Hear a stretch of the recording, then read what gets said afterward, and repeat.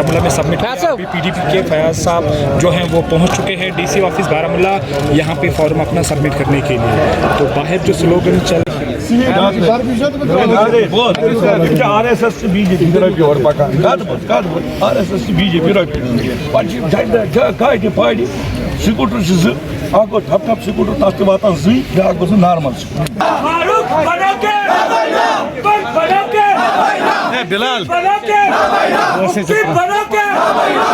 देखिए, मुझे लगता है कि जिस तरीके से उमर अब्दुल्ला साहब पिछले कुछ दिनों से ऐसी बातें कर रहे हैं,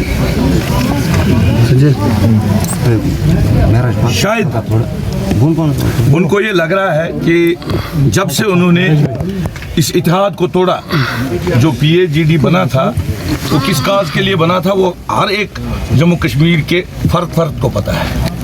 और जब से उनको शायद उनको कुछ दिल्ली से दबाव आया होगा या किसी और जगह से, तो उन्होंने जब कहा कि PDP चौथे नंबर पे है और साउथ कश्मीर या सेंट्रल कश्मीर में जिस तरह लोग निकले, हमारी पार्टी सदर महबूबा जी का साथ दे रहे हैं जज्बे जोश के साथ, तो उमर साहब आप कुछ भी कह सकते हैं। असल में हकीकत यह है कि उमर साहब को क्या मजबूरी थी कि उन्होंने ये इतिहाद तोड़ा, उसके पीछे क्या राज है वो उसको बताना चाहिए, बजाय इसके कि वो हमारी पार्टी पे इल्ज़ाम लगाए।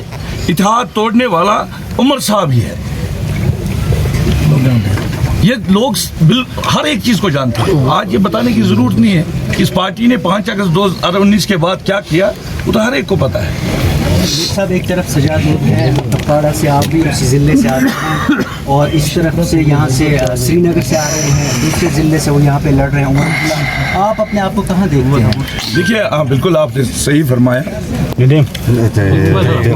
जहाँ तक सवाल है सजाद साहब का, बहुत ताकतवर है, उनके साथ बहुत ताकतें हैं, बड़े बड़े मतलब लीडर्स उनके साथ हैं, तंजीमें पीछे है। तो सबको पता है बीजेपी का भी उनको सपोर्ट है, क्योंकि पहले यहाँ दीन मोहम्मद चीता साहब हमारे वहाँ से बीजेपी के कैंडिडेट होते थे, आज तो है नहीं।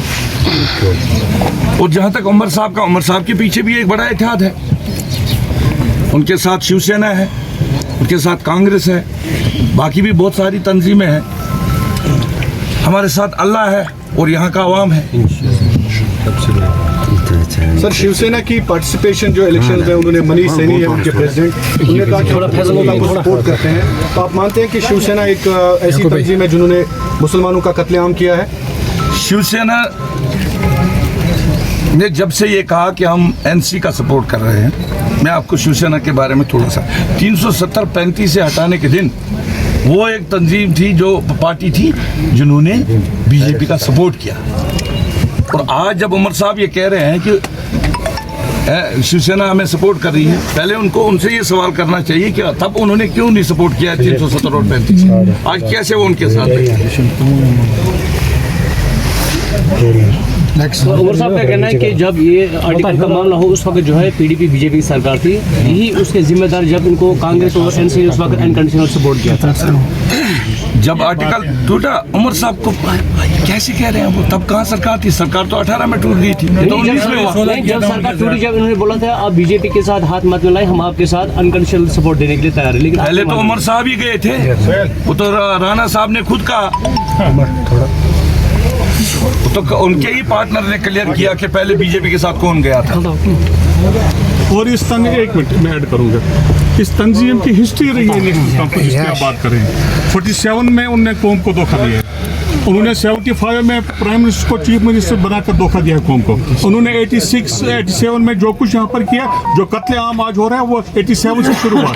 उन्होंने आज भी धोखा दिया है कौम को। जब इत्तेहाद था, पहली बार मौका मिला था जम्मू कश्मीर के लोगों को एक स्टेज पर आकर अपनी ताकत को डिस्प्ले करने का, तो उन्होंने इस इत्तेहाद को तोड़ने के लिए, सिर्फ अपनी कुर्सी को बचाने के लिए आज फिर लोगों के साथ धोखा किया है। तो इस तंजीम पर न कभी भरोसा किया जा सकता है और न ही हम इस तंजीम को मजीद अब झूठ फैलाने की इजाजत देंगे। फॉर्म आपने सबमिट किया, तो क्या उम्मीदें रख सकते हैं PDP से अगर हम नॉर्थ कश्मीर की बात करें? देखिए, नॉर्थ कश्मीर का सवाल है, मैं आपको बताऊँ कि इसमें कोई शक नहीं है कि हमारी पार्टी के जो बड़े बड़े लीडर्स थे